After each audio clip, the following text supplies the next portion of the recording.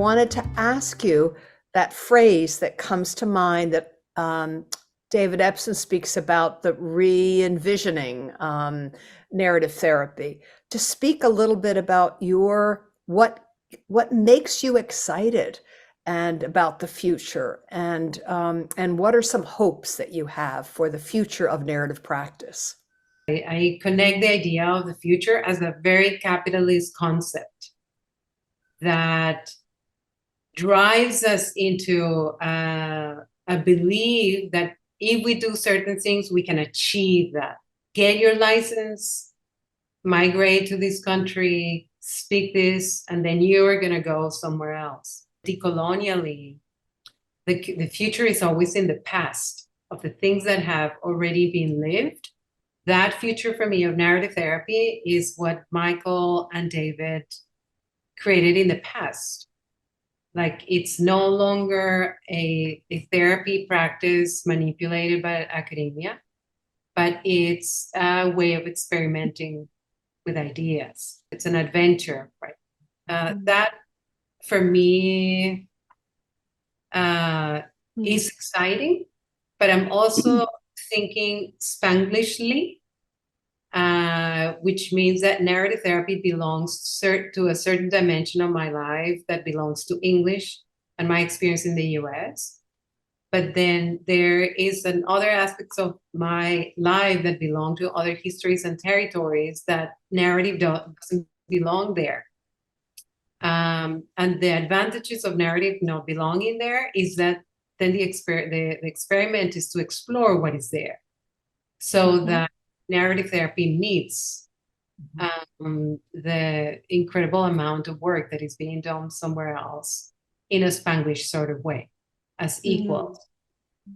Not to create a third practice, but to always sustain the dialogue between narrative therapy and narrative practices, and then the practices that come from other locations, like in this concept, the colonial concept of Arturo Escobar, pluriversal, right? There's a pluriversality and create allyships, as you showed us in one of the sections of creating coalitions and allyships of narrative practices meeting other practices around the world.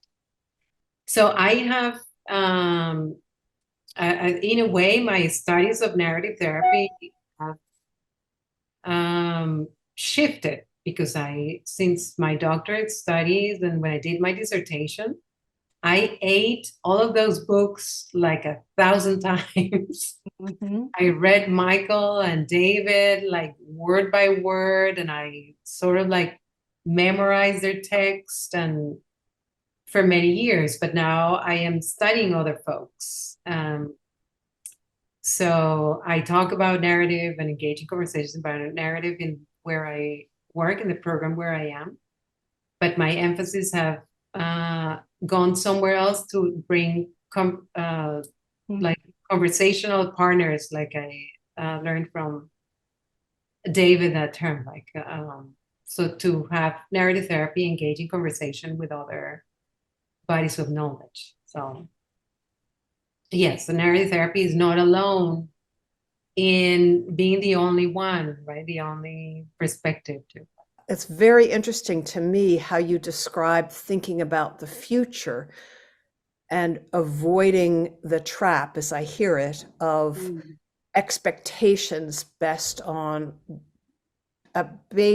capitalist ways of thinking about production. My lens is coming from a bit of a different place, which is, I think where we meet is really wanting what I heard someone recently call narrative freedom.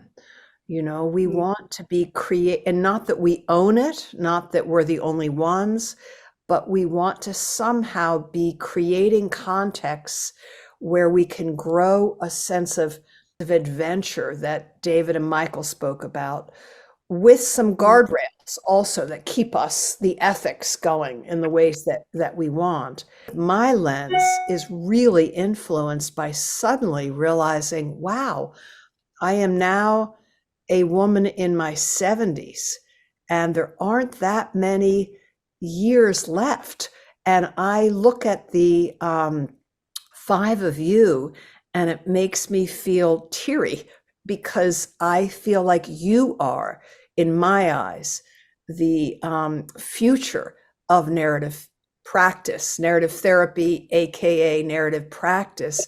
I think you will make sure that it's not about putting yourselves or others into boxes, into expectations that are oppressive, but rather to keep the field open and ethical and growing, and the evolution continuing in the ways that we want. So when I think about the future and I think of the five of you, it makes me feel comforted. I can't help to get this lineal sense, like the future is like the new generation has a future.